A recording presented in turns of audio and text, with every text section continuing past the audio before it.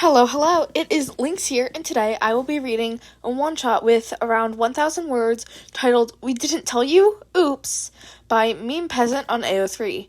It is not rated and no archive warnings apply.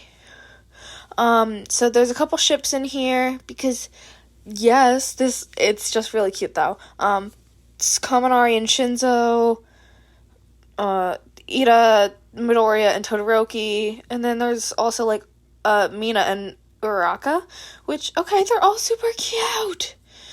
Anyways, warning, this is gay. If you don't like it, get out. This is a safe space still. It's still safe. It has been safe. If you don't like it, leave. Yeah, just leave. Shoo, bye-bye. Go, leave. Bye. You're leaving. Bye. No more. We're done. Anyways, it's also Eraser Mike and they adopted Shinzo and Izuku because, yes, they did. Anyways, let's get into this. Yay! Alright, so, yeah, summary. Aizawa thought he knew everything about his little gremlins, their birthdays, favorite food, triggers. But when Mike came running up to him about his kids snuggling with supposed significant others, he was astounded. How dare they not tell him? Well, time to scare the living daylights out of them. Alright, we finished the summary. Let's start reading this absolute cuteness. If there was one thing Izuku loved more than Katsudan, it was snuggling with Shoutout and Tenya. He was almost always in the middle, and their body heat enveloped him like a blanket, giving him the affection he always longed to have as a kid. He turned his head and kissed Tenya on the cheek before turning back to the movie they were watching in the commons area. Hitoshi and Denki were cuddling on the couch opposite to him, with Hitoshi's head in Denki's lap. Mina and Uraraka were sitting on the floor in front of them, resting on each other. The movie they were watching was Frozen because some people had committed the crime of not watching Frozen movies when they were younger. It was meant to be a Disney movie marathon between the two squads, but Bakugo and Kirishima had other things to do, so you went to visit her family, and Sero didn't want to be third-wheeling the whole time. Izuku rested his head on Shoto's shoulder and hummed when he felt a cold arm wrap around him. Tanya's left arm was wound tightly around Izuku's waist like a koala. "You tired, bunny?" Shoto whispered. It was the middle of the sisterly scene near the end, and Shoto didn't want to ruin the calm, quiet atmosphere. Izuku nodded at this question and snuggled further into Shoto's side. Shoto just squeezed his shoulder and whispered, "Just sleep, Izzy. We'll wake you up when we go to bed." Izuku hummed an affirmation and closed his eyes. He could hear whispers to Todoroki about him, but he just ignored them. He was about to fall asleep when, "Hito, Zuzu, where are..." Oh. Present Mike, his papa, was looking for them and found them snuggling. Oh, shit. Izuku sat up, but it was too late. His papa already had his phone out and was rapidly taking pictures of his babies cuddling with their boyfriends. "Oh my gosh, you little listeners are so cute. I'm gonna send these to show." "Wait, Papa, no." But it was too late. His papa had run out of the room, screaming, "Eraser!" Mina got up and turned on the lights. Everyone looked at the siblings. "Well, Toshi, what are we gonna do? Dad still wants us to be single until 50. Izuku said, looking over at his brother. Hitoshi got up from Denki's lap and said, "I have one plan. Grab your boyfriends and run." Present Mike was so happy. Tonight was the first night in a while him and Shota wouldn't have overlapping schedules, meaning the whole family could just watch rom-coms and eat takeout while bawling. He was tasked with finding the two little gremlins, so he went to the one place he thought they would be, the commons area.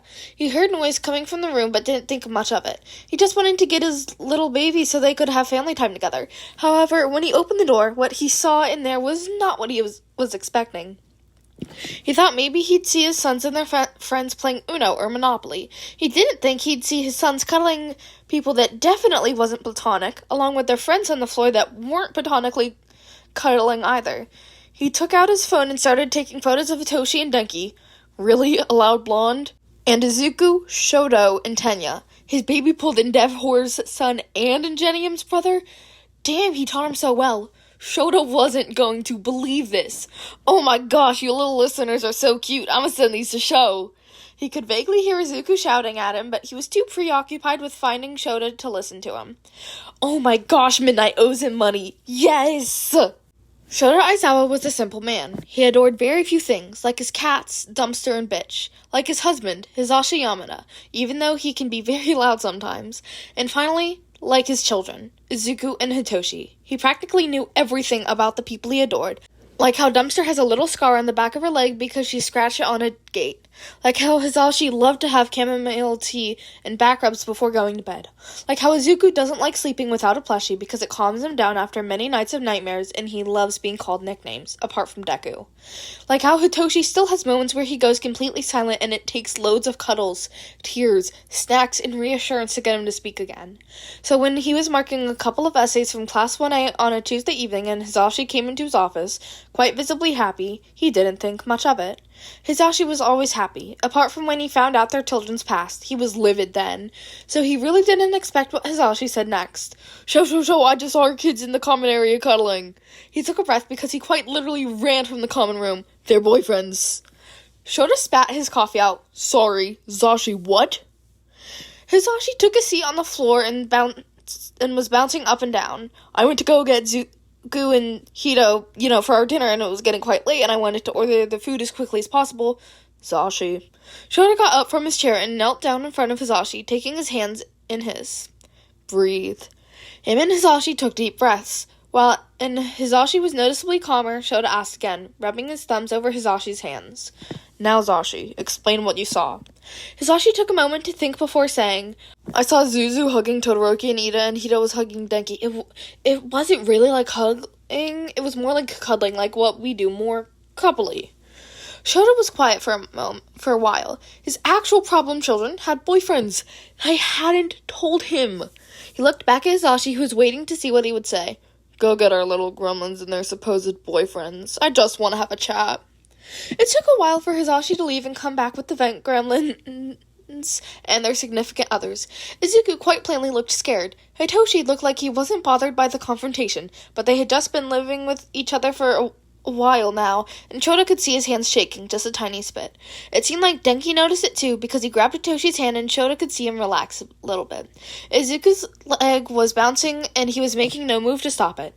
Tenya held his knee down, gently of course, and was rubbing his thumb over it in a comforting manner. Shota kissed his cheek, and Izuku turned bright red for a few seconds, completely frozen before melting into the affection. Shota cleared his throat, and the levers righted themselves. I called you here because I wanted to talk to you, as you're dating my sons, and just give you the normal talk. But now, he looked at his husband and back at his sons who were being cuddled by their boyfriends. I can see I don't need to do that. You guys are perfect together. Have fun. He got up and turned to leave the room before turning back around. But not too much fun. He left the room with his husband and could hear the kids squealing in embarrassment. Later that night, when they were all watching movies and eating takeout, Shota felt arms wrap around his middle. He looked down and saw Izuku hugging him tightly. Thank you, Dad, he whispered. Shota smiled a little and kissed his forehead. Any time, kiddo. Hisashi let out a loud snort that moment, making both of them laugh. Shota may not know everything about his family, but if it meant he could have these nice moments, he doesn't care. All right. So, absolutely adorable. Yes, clock it. I'm sorry.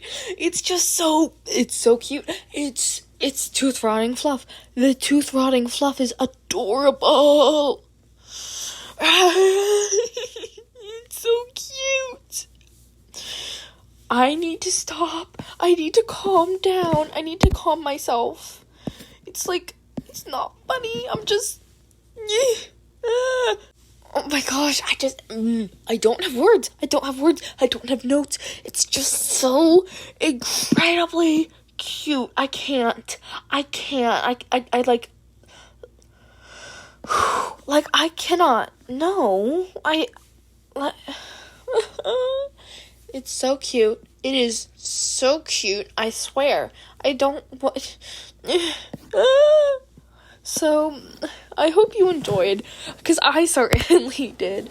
Remember to eat, sleep, drink your water, and take your meds. And when you sleep, go to bed at a reasonable time. Do not clown on me. Maybe clown on me. It's just about to be 9 p.m. But, it's fine. It's fine. Please don't yell at me, guys. You love me, right?